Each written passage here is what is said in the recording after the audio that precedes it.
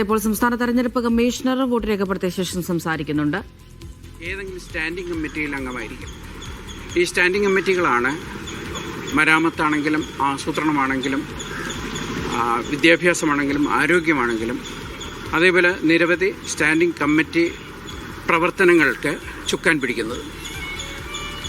Elected member വെറും elected member മാത്രമല്ല, administrative member കൂടിയാണ് എന്ന് നമുക്ക് പറയേണ്ടി വരും. അപ്പോൾ അങ്ങനെ ഉത്തരവാദിത്വമുള്ള ഒരു സ്ഥാനത്തേക്ക് തിരഞ്ഞെടുക്കപ്പെടുന്ന ഒരംഗം, ആ അംഗത്തെ തിരഞ്ഞെടുക്കുന്നത് കേരളത്തിലെ 2,86,00,000 വോട്ടർമാരാണ്.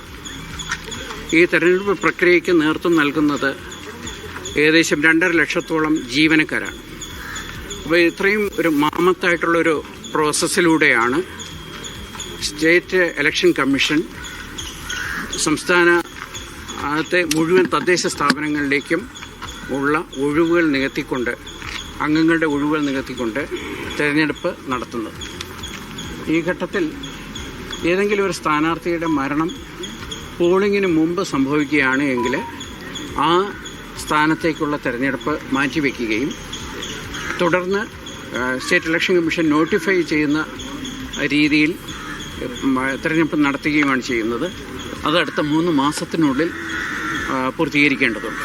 ഇന്നത്തെ ഒരു മൊത്തത്തിലുള്ളൊരു റിപ്പോർട്ട്സ് എന്താണ്? ബൂത്തുകളിൽ നിന്നൊക്കെ ലഭിക്കുന്ന സമാധാനപരമായിട്ടുള്ള തെരഞ്ഞെടുപ്പ് തന്നെയാണ് നടക്കുന്നത്. പോളിംഗ് എങ്ങനെയാണ് നടന്നു പോരുന്നത്? 2.9% പോളിംഗ്, അത് എങ്ങനെ സാർ വിലയിരുത്തുന്നത്? നല്ല പോളിംഗ് ആണ്?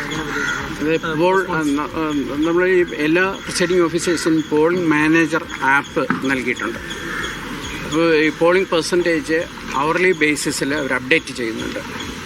6.29 ആ പെർസെൻറ്റേജ് എന്ന് പറയുന്നത് തുടക്കത്തിൽ നല്ല ഒരു പെർസെൻറ്റേജ് തന്നെയാണ്. ഉച്ചയോടുകൂടി പരമാവധി ആളുകൾ വന്ന് വോട്ട് രേഖപ്പെടുത്തും. തീർച്ചയായിട്ടും ഒരു എബോവ് 80% പോളിംഗ് തന്നെയാണ് ഞാൻ പ്രതീക്ഷിക്കുന്നത്. കമ്മീഷൻ ഉദ്ദേശിച്ചിരുന്നത് 100% പോളിംഗ് ഉണ്ടാകുക എന്നുള്ളതാണ്. ഇപ്പോൾ വോട്ടേഴ്സ് ലിസ്റ്റിൽ പേരുള്ള മുഴുവൻ ആളുകളും പോളിംഗ് ബൂത്തിലെത്തി അവർക്ക് ഉചിതമെന്ന് തോന്നുന്ന രീതിയിൽ വളരെ ചിന്തിച്ച് ഉറപ്പിച്ച് കൃത്യമായിട്ട് വോട്ട് രേഖപ്പെടുത്തുക എന്നുള്ളതാണ് എനിക്ക് സൂചിപ്പിക്കാനുള്ളത്. സമാധാനപരമായിട്ടുള്ള അന്തരീക്ഷത്തിൽ സുതാര്യമായ സ്വതന്ത്രമായ ഒരു തെരഞ്ഞെടുപ്പ് നടത്തുക എന്നുള്ളതാണ് സംസ്ഥാന തെരഞ്ഞെടുപ്പ് കമ്മീഷൻ്റെ ഒരു ലക്ഷ്യം.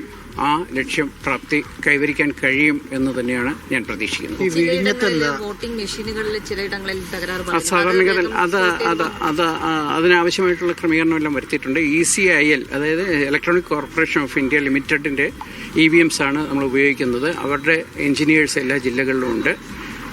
ആവശ്യമായിട്ടുള്ള ട്രെയിനിങ് എല്ലാ പോളിംഗ് ഓഫീസേഴ്സിനും നൽകിയിട്ടുണ്ട്.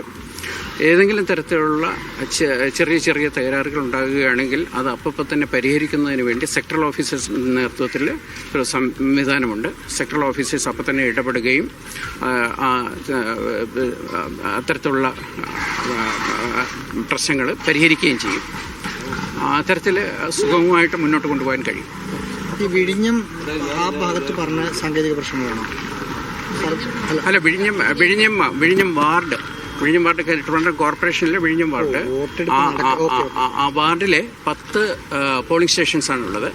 അവിടെ ഒരു സ്ഥാനാർത്ഥിയുടെ മരണം കാരണമാണ് ആ പോളിംഗ് മാറ്റിവെച്ചത്. പിന്നെ കേരളത്തിലെ ആന്തൂർ നഗരസഭയിൽ 5 വാർഡുകളിൽ എതിരില്ലാതെ തിരഞ്ഞെടുക്കപ്പെട്ടിട്ടുണ്ട്. അവിടെയും പോളിംഗ് ഉണ്ടാവില്ല. അതേസമയം 2 പഞ്ചായത്തുകളിൽ, ഗ്രാമപഞ്ചായത്തുകൾ, 1ാം ഘട്ടത്തിൽ ഒരു പഞ്ചായത്തിലും 2ാം ഘട്ടത്തിൽ വേറൊരു പഞ്ചായത്തിലും ഒരു സ്ഥാനാർത്ഥി മരിച്ചിട്ടുണ്ട്. ഒരു സ്ഥാനാർത്ഥി വീതം മരിച്ചിട്ടുണ്ട്. അപ്പോൾ അവിടങ്ങളിൽ പോളിംഗ് ഉണ്ടാവും. കാരണം ഗ്രാമപഞ്ചായത്ത് സ്ഥാനാർത്ഥിയാണ് മരിച്ചത്. അവിടെ ബ്ലോക്ക് പഞ്ചായത്തിലേക്കും ജില്ലാ പഞ്ചായത്തിലേക്കുമുള്ള വോട്ടെടുപ്പ് നടക്കും.